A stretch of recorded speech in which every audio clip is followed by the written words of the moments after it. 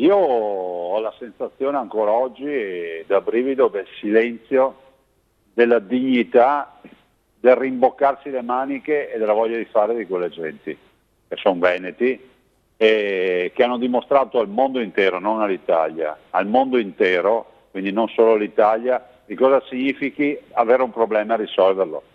Guardi, io non ho trovato gente anche nelle prime ore che cominciasse a dire, seduta magari sul muretto vicino a casa, ho bisogno di soldi, ho bisogno di questo, ho bisogno di quello. Io ho trovato gente che sparava fango. Vorrei ricordare che quando parlo di Vaia io parlo da commissario del governo, non parlo da Presidente della Regione. Io ho l'incarico di commissario, e perché lo dico? Perché qualcuno pensa che ci siano delibere, non c'è nessuna delibera, non c'è nulla in Regione, nel senso che si decide, firma il commissario e risponde il commissario.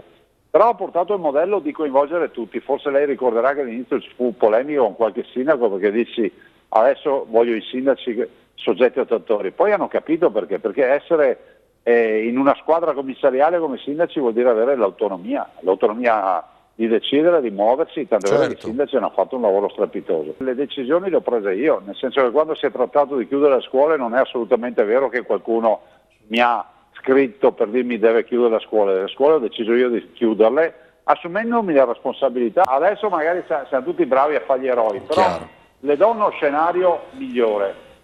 Se io avessi chiuso le scuole, se avessimo allertato la protezione civile come è stata allertata, se avessimo fatto tutto quello che dovevamo fare in via preventiva e poi non ci fosse stato nulla, sa cosa avremmo avuto? Oggi staremo a parlare di Presidente della Regione denunciato per procurato allarme, per spese inutili, le interruzioni di pubblico servizio per le scuole, cioè noi siamo in un paese molto strano. Ricordo che in questo paese le decisioni prese così, essere anche decisionisti, a volte portano guai. Dico a tutti quelli che poi in tribuna dello stadio di calcio giudicano la partita, magari con il tè caldo in mano,